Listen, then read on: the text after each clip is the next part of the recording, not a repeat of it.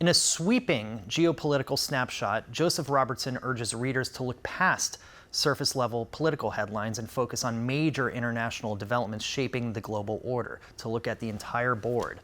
He highlights the European Central Bank's rate cut amid escalating US-China trade tensions, including China's imposition of 80% tariffs and a WTO complaint.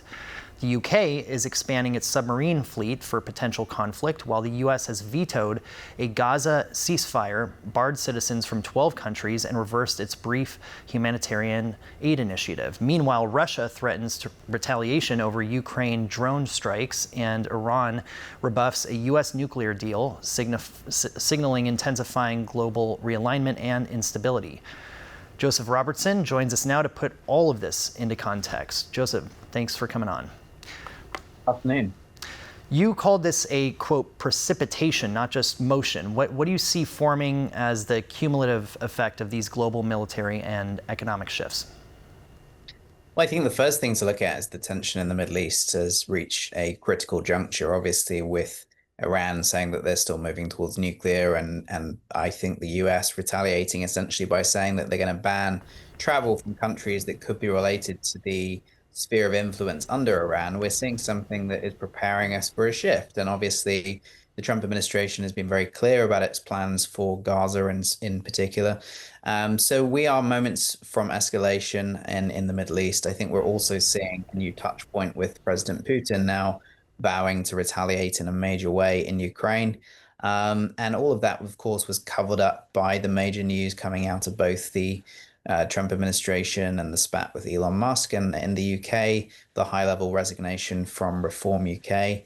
And it was interesting to me that all of this happened on a day when so much was going on elsewhere around the world. So how do you interpret the ECB's rate cut in the context of a Europe that seems caught between US-China hostilities and internal economic strain?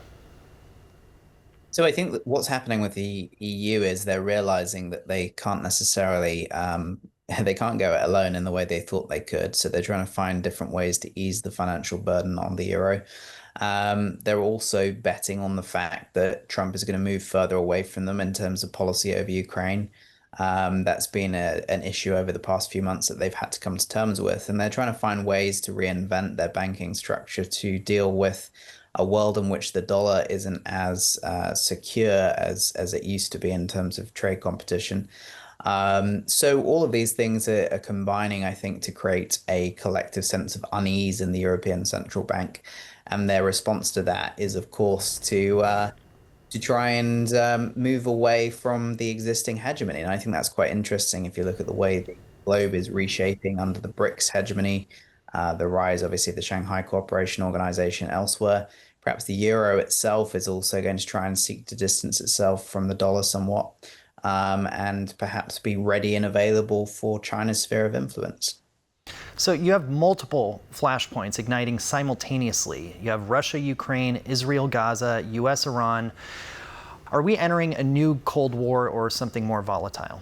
Well, I think this is a new dimension of, if you want to call it Cold Warfare, to coin a phrase. I mean, I think what we're seeing is multiple trade tensions happening at once, multiple different conflicts, and a multifaceted approach from different spheres of influence. But if you want to break it down into a really clear kind of, I would call it a three-way infrastructure. You've essentially got the BRICS hegemony, which is rising up with the likes of Iran, China, Russia colluding together. Obviously, there is the European hegemony, and the third part of that is Trump's America, I think now more in isolation on the world stage to an extent. Obviously, America has its own size to rely on, so it doesn't need these other deals as much as possible. And this is as a result of Trump's isolationist move in terms of policy. So what we could be seeing is a future global conflict where America, rather than seeking to be the world's police, as has been the case for so long, seeks to distance itself, rather similar to what happened in the original world wars, where the US only entered rather late. Now, the only thing that obviously changes that is that Trump is in a full-scale trade war, and that's not going away anywhere anytime soon. So yeah, there are three different, very clear alignments happening before our eyes. Now, you mentioned this earlier. Reform UK Chairman Zaya Yousaf has abruptly resigned, citing that working to elect the party is no longer a, quote, good use of his time. This is just days after clashing with a party MP over her call to ban the burqa. I think that this situation has obviously, played out in the way it has publicly, but I don't think there's any ill will from people within Reform towards Zia Yusuf. He's done a good job trying to professionalize the party. There have been obviously tensions, as there always are in a new political movement, about who can make the best decisions on certain issues. But look, I think the mood from Reform at the moment is one of huge positivity. We've had some really significant by-election results overnight where we've polled very well. We've won a few more local seats and also came a close third in a Scottish seat where we weren't expected to do that well. So actually, overnight, things have been moving forward very quickly with Reform. And I think that while crediting Zia for the work he's done, the party's going to move forward quite quickly. Yeah, you mentioned he's been a driving force behind Reform's professionalization, as you just said, and it's in particular its Doge efficiency teams. It was those were described by Nigel Farage as essential to the party's recent electoral gains. Now, his departure alongside the Doge director, Nathaniel Fried, comes amid these growing internal tensions, interpersonal complaints, and lingering backlash over his leadership style.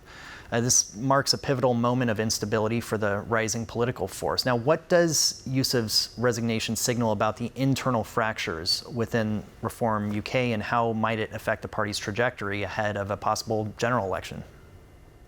I mean, I would push back slightly on the way that's phrased, because I don't think there has been any particular internal rift. It was a change of direction more than anything, and it's his decision at the end of the day. It hasn't affected the Doge project as a whole. That's still continuing in full force, particularly at local level. We're currently auditing different councils, and there are also people going in to look at the waste that has been expended by Tory and Labour councils over the last decade or 2 decades in some cases. So Reform as a whole hasn't stopped momentum. I think the results overnight show that there hasn't been an internal rift, as it were. It's the decision of a particular individual to move on to different ventures.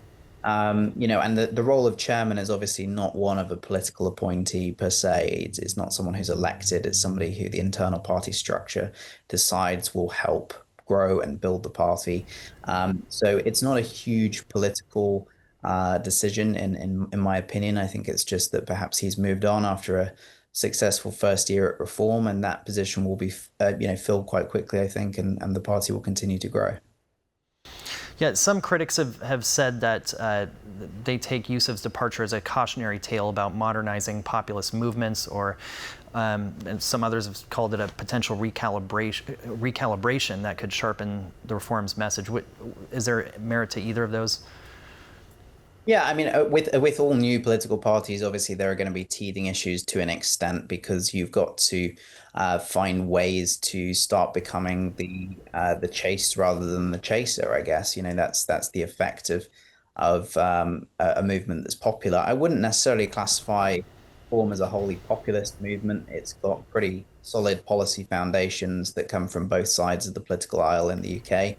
Perhaps a revolutionary party would be a better way of describing it. We're pushing back against 20 years of establishment policy. But to be honest, there's nothing that's going back beyond the last 28 years of policy and really scaring people. It's just saying we've been mismanaged as a country by the past two administrations, and it's time for change. Joseph Robertson, thank you so much for coming on.